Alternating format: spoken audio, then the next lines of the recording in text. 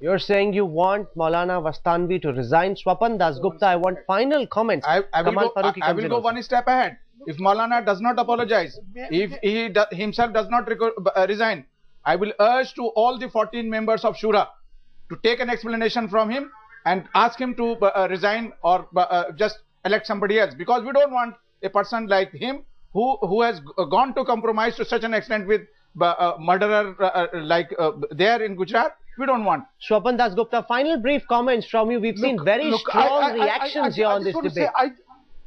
I cannot comment on the internal politics of the internal issues of Darul Uloom. But all I can say is that if an individual, if the rector of an institution gives what he thinks is proper, and there's such a clamor, a sort of a lynch mob mentality which betates him, which I think it's very dangerous for the freedom of expression in this country, that everyone has to agree to a one single uniform way of thought. Secondly, the question which Kamal Farooqi was pointing about, that we cannot forget Jallianwala Bagh, we cannot forget this. Look, memory is very, very problematic. There are all sorts of memories which can be invoked. Now, do we want to invoke memories of partition? Do we want to invoke memories of what happened in Hyderabad in 1948? Now, these are all very dangerous games which we can play, because it's a double-edged sword. Who you regard as the victim, who you regard as the oppressor, that keeps changing. So let's not get into that game. All I'm saying is that take a very dispassionate view of this. I know it's a passionate matter, but all that can be said is the courts are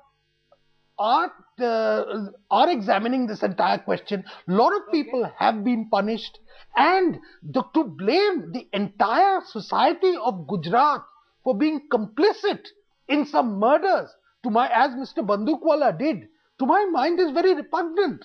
It does not really behove him to say such a thing. You know, remember, after all, what triggered the riots?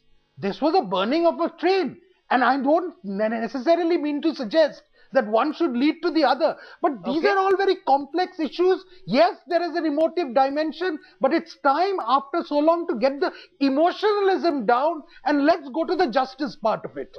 The debate has clearly stoked passions on both sides.